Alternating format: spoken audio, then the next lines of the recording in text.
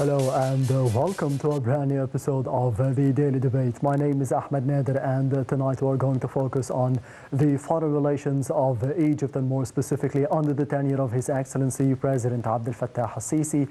In the past week, as we have seen several meetings with the top leaders from around the world, as President al-Sisi received the Turkish President Recep Tayyip Erdogan in the past week, and a couple of days later President al-Sisi also received the Brazilian President Lula da Silva. We will be focusing on the statements made during both conferences and statements made during the meetings of President al-Sisi with both the President of Turkey and the President of Brazil, as well as the enhancement of the diplomatic and the economic relations between Egypt, Turkey and Brazil respectively throughout the week, and the stances of Egypt and the world countries regarding the crisis in Gaza. But we will be starting straight away with the main top stories that took place for today, and they come through the activities of Prime Minister Dr. Mustafa Madbouli, who on Sunday chaired a meeting of the Council of Governors that focused on the provision of supplies at the markets nationwide ahead of the holy month of Ramadan. At another meeting with both the Central Bank Governor and the Minister of Supply, Madbouli also asserted the importance of ensuring the availability of the foreign currency needed to release the foodstuff and industry input stock at the ports. Separately, the Prime Minister met with a leading Kuwaiti investor in Egypt. We will be having more details regarding those meetings in the upcoming report. Stay tuned.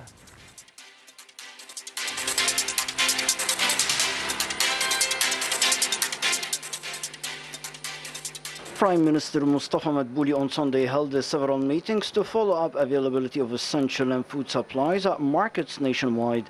Chairing a meeting of Governors' Council, the Prime Minister reviewed preparations for the holy month of Ramadan, including a follow-up of markets.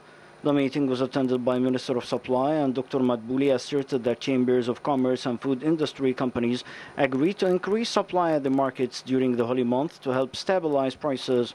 At a separate meeting the Prime Minister held with the Central Bank Governor and the Minister of Supply, he said the state agencies are working to ensure enough US dollars flow in order to accelerate the release of goods stocks at Egyptian ports. He also asserted the need to continue efforts to ensure the provision of inputs, notably in the food industry. Meanwhile, Madbouli met with visiting chairman of the Egyptian Kuwaiti holding company Lu'ay al-Khirafi to discuss its investments in Egypt and their expansion. The Kuwaiti investor asserted his commitment to increase investments in Egypt, notably with the approaching opening of the experimental phase of the company's plan to manufacture MDF goods with investments up to 120 million US dollars. Al-Khirafi added that Egyptian Kuwaiti holding company will seek additional enterprises at upcoming visits to different ministers in Egypt.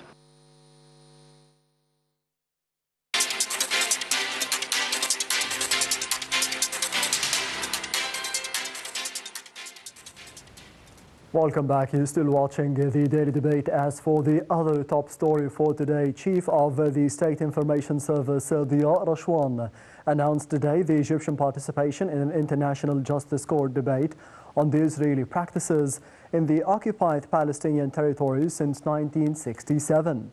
He pointed out that Egypt filed the document to the court and will read out a verbal pleading before the judges on February the 21st to assert the court's jurisdiction to give an advisory opinion requested by the United Nations General Assembly.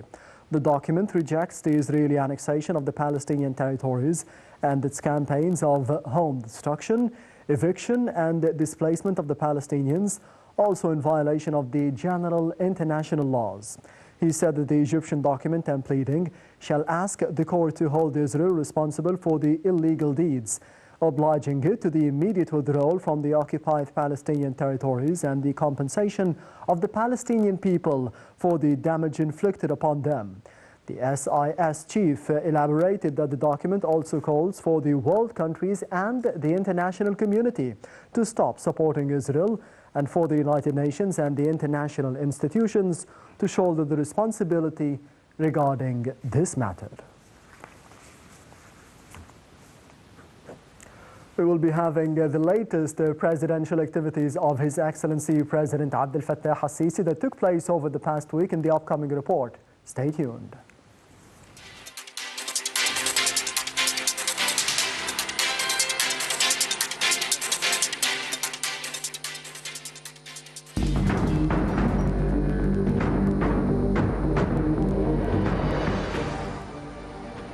President Abdel al-Sisi receives William Burns, Director of the U.S. Central Intelligence Agency, CIA, in the presence of Major General Abbas Kamel, Director of the Egyptian General Intelligence Directorate.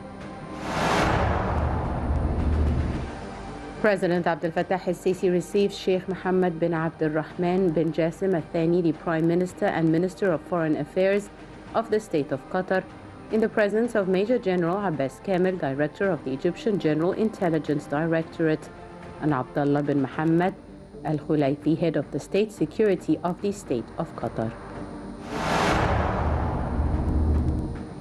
President Abdel al-Sisi via video conference presides over the 41st session of the AUDA NEPAD Heads of State and Government Orientation Committee. The African heads of state and heads of government of member states in the committee participated in the session. President al-Sisi receives President Erdogan of Turkey in Cairo. The holding of an Egyptian-Turkish summit in Cairo held between President al-Sisi and President Erdogan. President al-Sisi and his consort accompany President Erdogan and his consort in a visit to the Mosque of Imam al-Shafi'i in Cairo. President al-Sisi receives in the Ittihadiyya Palace President Lula da Silva of Brazil, who visits Egypt on the 100th anniversary of establishing diplomatic relations between both countries. President al-Sisi holds a joint press conference with the President of the Federal Republic of Brazil, and together they sign a number of joint bilateral agreements between both countries. President Abdel al-Sisi bids farewell to Egypt's big guest, President Lula da Silva of Brazil, after finishing his visit to Egypt, during which an agreement is made to promote relations between both countries to the status of strategic partnership and to establish a joint committee to reinforce cooperation between both countries in different fields. President Abdel al-Sisi receives a phone call from the Prime Minister of Canada, Justin Trudeau, which tackled the efforts exerted by Egypt to reach an immediate ceasefire deal in the Gaza Strip and to exchange hostages and get humanitarian aid through to the Strip. President Abdel al-Sisi receives a phone call from the French President Emmanuel Macron.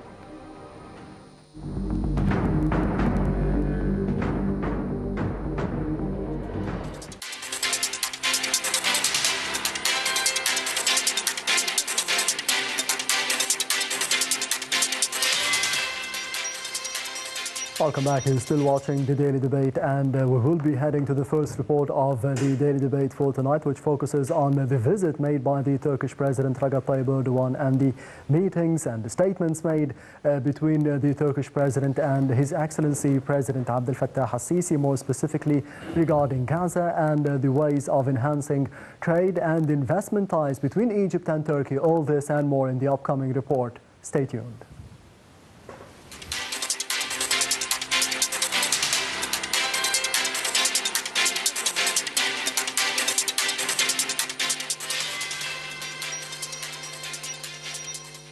President Abdel al-Sisi and his Turkish counterpart Recep Tayyip Erdogan signed the joint declaration on restructuring meetings of the high-level Strategic Cooperation Council. Both presidents held an expanded session of talks on the joint efforts towards fostering closer bilateral relations. During a press conference with his Turkish counterpart at Cairo's Ittihadiyya Palace, President al-Sisi welcomed Erdogan and the accompanying delegation, expressing his will to open a new chapter between the two countries to enrich relations between Egypt and Turkey.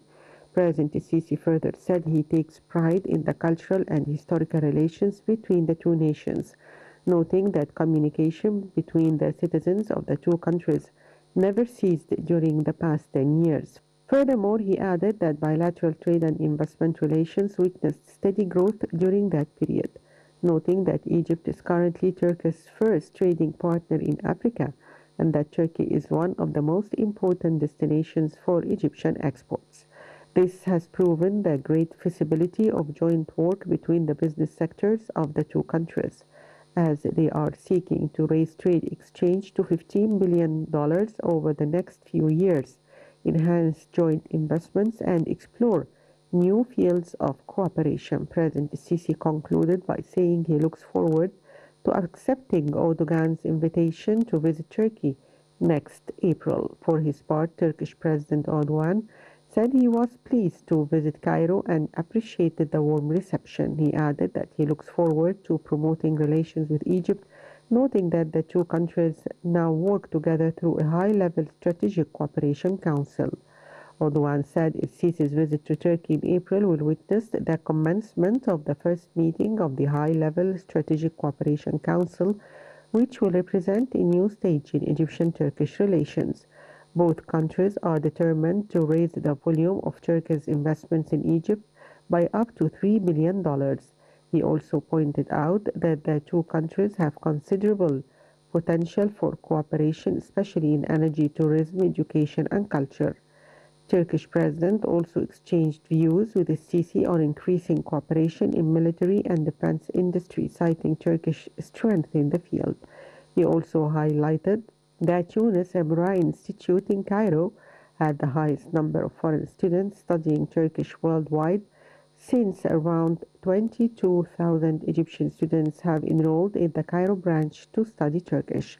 Trade exchange between the two countries hit $5.875 billion in 2023, with exports to Turkey growing by 28% compared to 2022, recording $2.9 billion. According to the Egyptian Minister of Trade and Industry, Turkey became one of the largest importers of Egyptian goods and a principal trade partner of Egypt in 2023.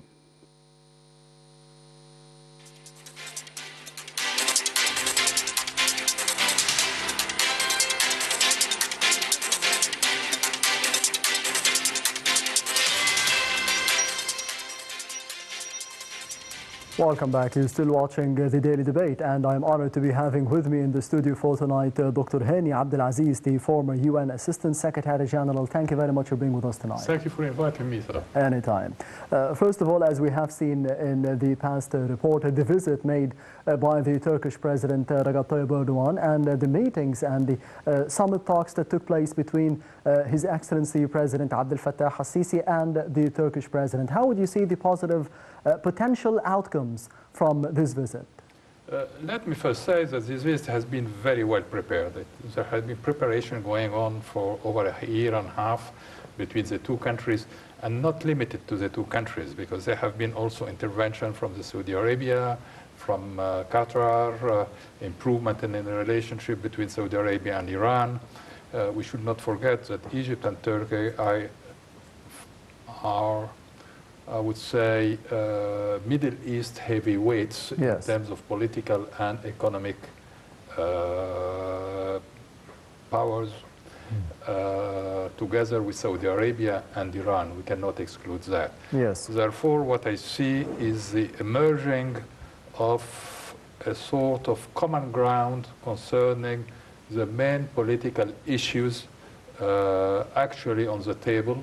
The critical, crucial issues we see in Palestine, in the Middle East in general. What is hoped now is the first thing is to confirm the good economic relationship and increase them, I think, from $7 billion of commercial exchanges to 15 billion, which is not huge, but it's very good. We know that this famous Swedish company established in Egypt, most of its, or a lot of its products are coming from Turkey. Yes. Turkey is exporting to Egypt a lot of manufacturing products. The commercial balance, I think, is somewhat in favor of Egypt, but we do not export industrial products. But this hopefully will come. What is more important today is this emerging common ground between the 3, 4, 5 countries counting in the region in order to face the actual challenges, being in the Mediterranean, being in the Red Sea, being in Libya, being also in Sinai and the Palestinian authorities. I'm optimistic because there is no real reasons for any animosities between first the two presidents who are experienced, who have a lot of wisdom. I'm sure of that, to overcome most of the eventual misunderstanding. I think it's not much more than this. Yes. Definitely there is other players in the region who can influence this, like Cyprus, like Greece, Israel too. But I think compromises will be possible now, and essentially I want to underline the idea of common grounds between this complete group of countries for the mutual interest of their populations. Doctor, do you think that this visit could be reviving the ties between Cairo and Ankara for more joint efforts, especially with the challenges that we are having here in the region nowadays? Definitely yes, but nothing is gained in advance. Yes. The situation is difficult, is flexible. We don't know what will be tomorrow and the day after tomorrow. My personal feeling, and I can be wrong, is that Egypt is the most challenged country in this actual situation. Yes. And Egypt needs to see all of this resolved as soon as possible, the best possible way, without compromising on the deep-rooted causes of the conflict, which is the legitimate Palestinian right. Therefore, I do not envy the decision makers in Egypt at all for the situation they are facing. But until now, it has been very good, if not excellent, swimming in those troubled waters and trying to avoid more damages. But we have to be clear. The approach taken by the international community is not very positive. Yes. In general. It's improving under the pressure of the public opinion, but not much. And I'm afraid that this will be just, lip service to the situation. But on the ground, we see that the USA, for example, is talking in one language and acting in providing 13 billion point something of armaments to the to Israel. Here I want to draw the attention that when they provide armaments to any country, being Israel, being Ukraine, being other countries, first of all, it's not first generation. For Israel, it can be first generation of thing, but the money at the end of the day goes to the American military complex. The armaments, they give a grant, and the grant is giving the armament, and then who manufactures the armament and the ammunition?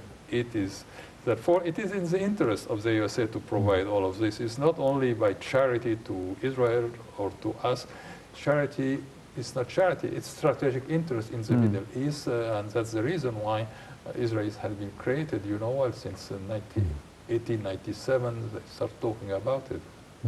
On the other hand, the economic interest between Egypt and Turkey, what is the importance of bolstering such interests, especially with the political developments that have taken over the world, more specifically the COVID-19, maybe 2 or 3 years ago, and then the Russian-Ukrainian conflict, which had an impact all over the world, and nowadays the aggression by Israel against Palestine in general and Gaza in specific?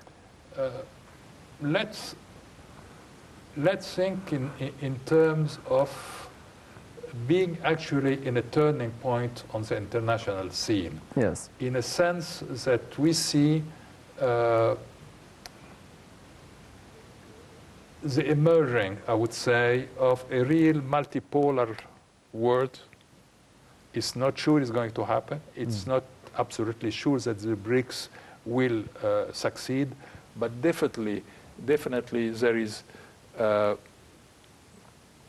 tendency for losing importance in the dollar hegemony, and the dollar being used as a political tool also.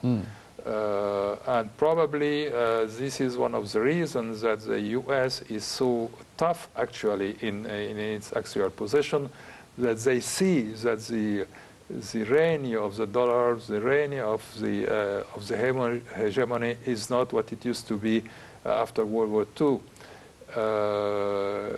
But definitely third world countries, including Egypt, the developing countries like Egypt, have a complete interest in having a multipolar world. Mm-hmm. Yes. On the other hand, how do you see the interest of Turkey to be involved in the situation in Gaza, in the situation in Palestine, of course, and the catastrophe that has been taking place for the past 100 or 150 days? Of course, Egypt is known to be one of the main players in the region regarding such a conflict between Israel and Hamas and the aggression being carried out by Israel in the Palestinian territories and more specifically in Gaza. So what is the importance of Turkey being involved as well alongside Egypt, alongside Qatar, to be having a de-escalation of the situation there? I will jump in another, I will answer a different way. Yes. During the Ottoman Empire and the Ottoman period in Palestine and in the Middle East, it's not that I'm supporting, the Ottoman Empire, presence in Egypt. No, yes. It's not this. But during this time, there was no problem in Palestine between Jews and Arabs until the British mandate. And I would even say that there was absolute peace within the diversity of communities living in the Middle East in general, not only in Palestine. In Palestine, there was about 200,000 Jews, 600,000 Palestinian Muslim and Christians, called by Israel Arabs. They're not necessarily all of them Arabs. And you have the Druze, you have a lot of minority communities, and yes. everybody was living in peace. And this is recorded officially. Everything started with the creation of the State of Israel here. Not necessarily only the creation of the State of Israel. It's after World War I and the attempt to divide the Ottoman Empire after the war, until they lost the war, and everybody took a piece of the cake. And the immigration started, and the Balfour declaration. And maybe I can open a bracket here and see, even Israel and the extreme right actual government are not even respecting the Balfour Declaration, because the Balfour Declaration speak about a nation home to the Zionists, not to all Jews, to the Zionists, a nation home to the Jews or to the Zionists. This is an important part. And you have another part which is also not respect, because nation home doesn't mean necessarily a state. Okay, there is a state, we are not contradicting it now, but we want to see how the state behave in total respect of human rights, in total respect of international law, and everything they are absolutely not respecting today. Therefore, the situation is under the Ottoman Empire was much better than the situation today. I would even say, and some people we don't like it, even under the British mandate, who prepared for the creation of the State of Israel, it was better than today, because there was no mutual killing. There was different. You have countries like Britain, for example, which I don't like because the perfidious Albion, for example, but it's a country which has a tremendous diversity in its actual population, living in peace, working in peace, making their life absolutely normal. Yes. And why not? This is not possible in Palestine, having a multitude of diversity between the population, between different confessions. Don't forget that Balfour Declaration have a very, very strong sentence saying clearly, without prejudice for the rights of the actual civil and religious populations. And we know very well that since 48 and even before 1948, there have been tremendous prejudice. Yes. Therefore, Israel is not even respecting the declaration which was in favor of the creation of the state. Yes, regarding the Egyptian-Turkish relations, and more specifically, we have seen over the past few weeks statements made by the Foreign Minister of Turkey saying that there will be maximizing of military cooperation between Egypt and Turkey. What is the importance of such a statement, and will it be translated on the ground, and how? It will be translated. You know, there is a contract for jointly building drones, in Turkish advanced drones in Egypt. Yes. I have no information on type of drones, attack drones, observation and reconnaissance drones. We don't have such detailed, but it is hoped that this is a step forward towards the Egyptian policy in general to diversify its source of armament. We should not forget that Turkey is a prominent member of NATO. I think the third or the fifth largest contributor to NATO, and I had the pleasure to see in my function in peacekeeping operation, especially in Bosnia, some of the Turkish armed units and their equipment, and I would say that is going to be beneficial for both sides. Yes. How do you see the role of Egypt in the international affairs, and more specifically under the tenure of His Excellency President Abdel al-Sisi over the past 10 years? How do you think they have advanced, and especially in the Middle East? Definitely Egypt at a certain period before arrival of President Sisi to his position, there was what we say in French, a décadence, which you know, is slowing down of the importance and the efficiency of the Egyptian diplomacy on the international scene, on the regional scene, with the emergence of other powers like Saudi Arabia because of the funds and because of the impact they have, which have an impact, I would say. But working jointly with Saudi Arabia has helped to overcome such a challenge. But the actual situation had proven that the role of Egypt as a reasonable power in the region, capable of mediating here and there, capable of speaking to everybody. Even if some Israeli media, some Israeli leaders are making some false and absolutely unacceptable declarations, but Egypt has not fallen in the trap of responding to that and kept its line of moderation, of respecting its own international agreement, its own treaties, whatever with Israel or in general. But unfortunately, until now, I have not seen a reciprocity from the Israeli side. And I am convinced that the Israeli side will not abide by at least partial to the international law and to the rule of war and etc. without a serious, effective, on the ground pressure from the United Nations and what I call its vassals, European countries.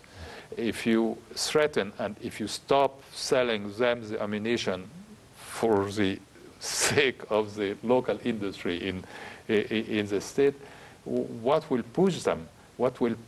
Don't forget that 88.5% of the Israeli population is in favor of what Netanyahu is doing. That's what I have read. Yes. It's only 18.5% who are against calling genocide, calling whatever you want. But it's absolutely unacceptable. It has no precedent in history to go to this extent.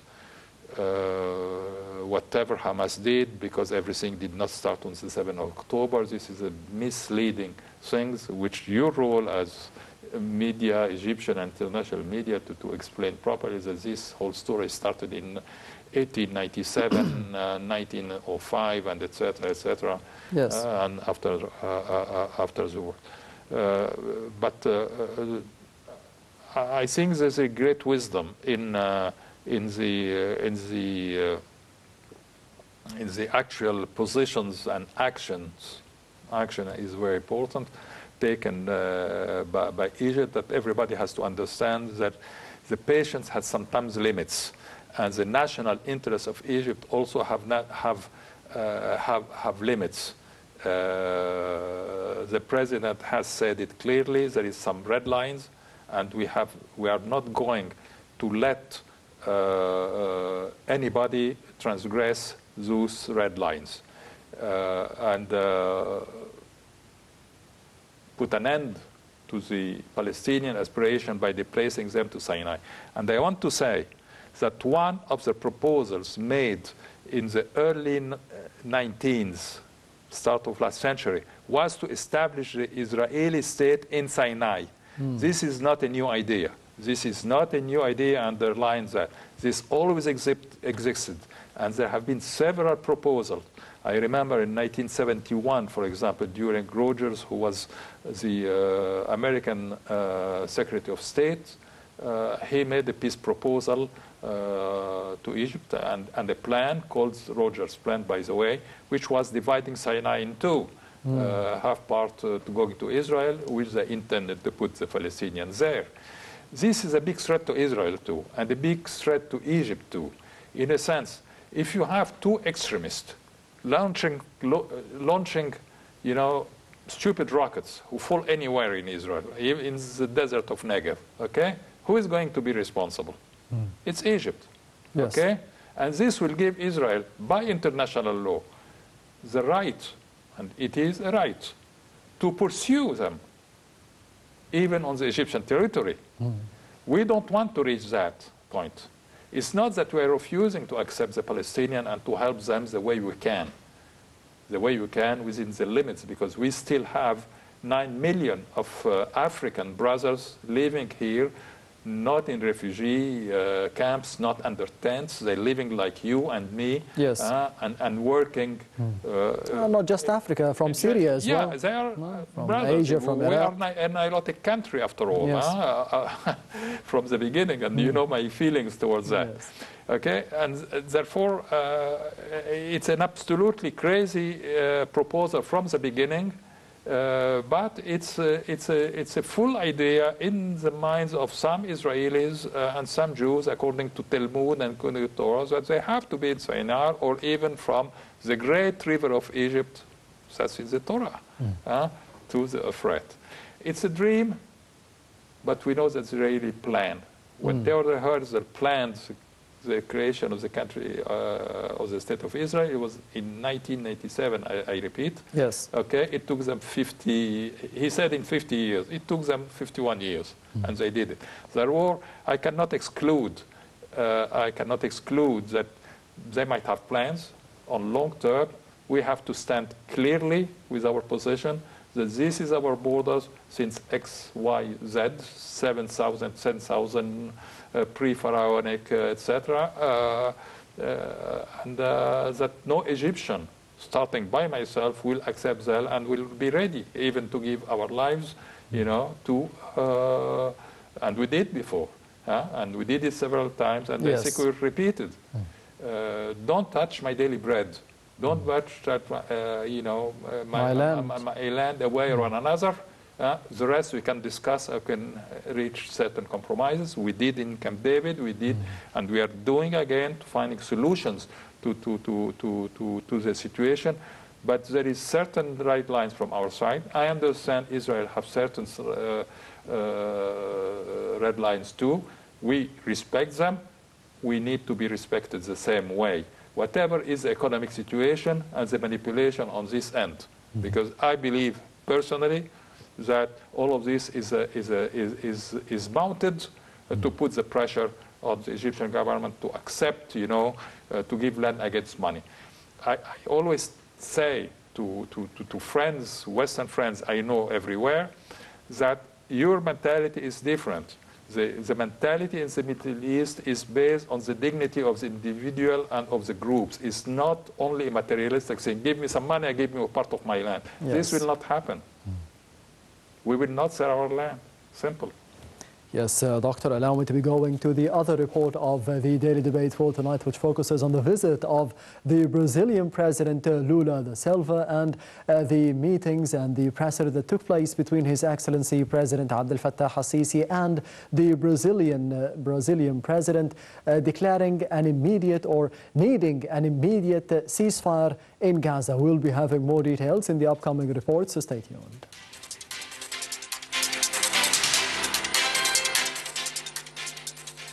President Abdel Aziz and his Brazilian counterpart Lula da Silva called for an immediate ceasefire in Gaza Strip and the release of captives and prisoners held by both sides of the conflict. They also called for allowing more humanitarian aid to flow into Gaza to relieve Palestinian civilians. During a joint press conference in Cairo, President Sisi praised Brazil for being among the first countries to recognize the Palestinian state. Both leaders stressed the need to find a post-war political solution for the Palestinian cause to establish an independent Palestinian state on the 4th of June 1967 borders with East Jerusalem as its capital. For his part, President Lula da Silva said his visit comes at a critical time marked by various conflicts. The war on Gaza is unprecedented at any moment in the history of the world, he noted. In addition, Lula da Silva said the United Nations lacks sufficient power to stop the war in Gaza, noting that Israel has violated all resolutions, laws, and international norms in its aggression against the Strip. The Brazilian president urged the UN Security Council members to defend international peace rather than war, emphasizing the necessity of reaching ceasefire in Gaza to deliver aid to Palestinians. Moreover, he affirmed that peace in the region would only be achieved through establishing an independent Palestinian state. Lula da Silva concluded by thanking President Sisi for facilitating the safe evacuation of 2,000 Brazilian nationals who were stranded in Gaza at the start of the Israeli aggression on the Strip. This is Lula da Silva's second official visit to Egypt and the first since returning to Brazilian presidency last year. It coincides with the 100th anniversary of establishing diplomatic relations between Egypt and Brazil. Before the press conference, President Sisi and his Brazilian counterpart attended the inking of two memorandums of understanding between the two countries. The first memorandum deals with cooperation between Egypt and Brazil in research, technology, and educational services, while the second concerns importing meat products from Brazil. It is worth mentioning that Egypt is one of the leading importers of Brazilian meat globally. During the press conference, Sisi and da Silva agreed to form a joint higher committee between the two countries to discuss ways of fostering relations and political, economic, and cultural cooperation. The committee will also discuss cooperation between the two countries in industry and agriculture. Economic cooperation between Brazil and Egypt has witnessed a leap during the past years thanks to trade agreements they signed, including the Mercosur. Brazil is Egypt's largest trade partner in Latin America. Egypt is also Brazil's fourth largest trade partner in Africa and the 14th largest trade partner globally. Trade exchange between the two countries reached $2.4 billion in the first 10 months of 2023. The Brazilian president said he agreed with President Sisi to raise bilateral relations to a level of strategic partnership. Furthermore, the Brazilian president said his country relies on Egypt's support in the upcoming G20 summit to achieve goals of the Initiative of International Coalition to Combat Starvation, Poverty, and Climate Change. For his part, President Sisi said he looks forward to visiting Brazil in November at the invitation of President Lula da Silva to attend the G20 summit. Brazil is the current president of G20 with President Lula da Silva as chair. The G20 summit for the year 2024 will be held on the 18th and 19th of November in Rio de Janeiro. As president of the G20, Brazil invited Egypt to the summit as a guest country.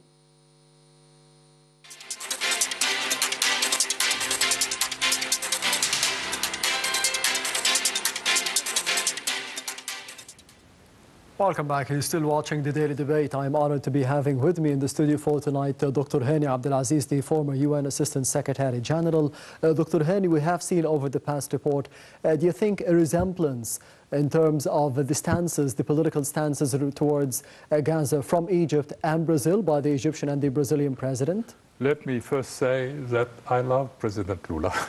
Therefore, I am biased. But I am sure that with his natural charisma, his soft but straightforward talk, he will have excellent vibes with President Sisi, because President Sisi also speaks frankly and straightforward, maybe in tougher terms because he's a military, yes, or used to be a military.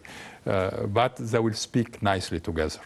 And you were asking me at a certain moment, how do you see the improvement or the progress of Egyptian international policies? This is a vivid example of what is happening. We have not reached Latin America for a long period of time. We have not reached, and we've forgotten even our continent for a long period of time. And now we are reopening those doors. We are knocking to all those doors, and people also are knocking to our doors, and there will be definitely during the mandate of the two presidents, because both have been re-elected recently, I am sure there will be a real progress. What is important here is that we cannot put all the burden on the shoulder of the presidents. All the ministries, all concerned, you and me, have to work toward enhancing all of this and implementing the agreement the president will reach. The presidents, the two, cannot implement all agreements by themselves. They will not do micromanagement every day. It's not the role.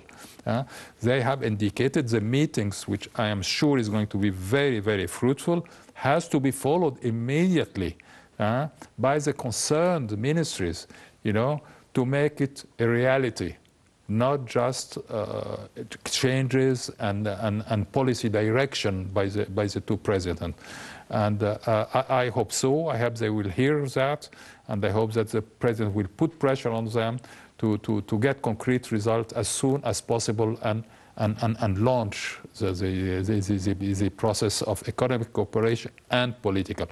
Brazil is very important, and is a very important country in BRICS. Mm-hmm. And that's remind me of the period where Egypt, India, Brazil, and Yugoslavia during Tito have cooperated very well together. But we have to be careful about the traps by the countries who do not want to see that to happen. Yes. Okay, and we have to avoid all the manipulation which can happen. And I can trust the two presidents with their experience to do it very well. Yes, and Doctor, finally, how would you see the participation of Foreign Minister Sameh Shoukry in the Munich Security Conference and the meetings that he had undertaken on the sidelines of the conference? Look, I don't like to praise people, but I think Minister Shoukry is definitely one of the strongest ministers of foreign affairs of Egypt I saw in my recent life. Yes.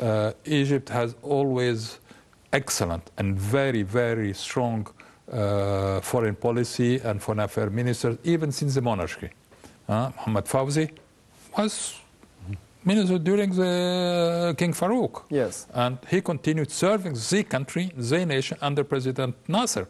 There is no problem. You had... I don't want to, because I might forget some. You had Eswat Abegid, who was never a diplomat, but he runs this diplomacy with excellency.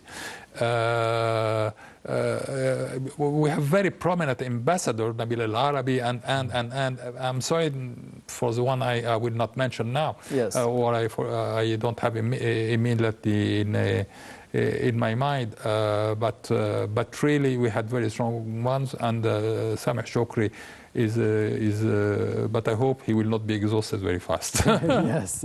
Dr. Hany Aziz, the former United Nations Assistant Secretary General, thank you very much for being with us. Thank you for you, Ahmed. Thank you very much. It's a pleasure meeting you and talking with you. The pleasure is all mine. Thank you. And accept, please, my frankness. Anytime.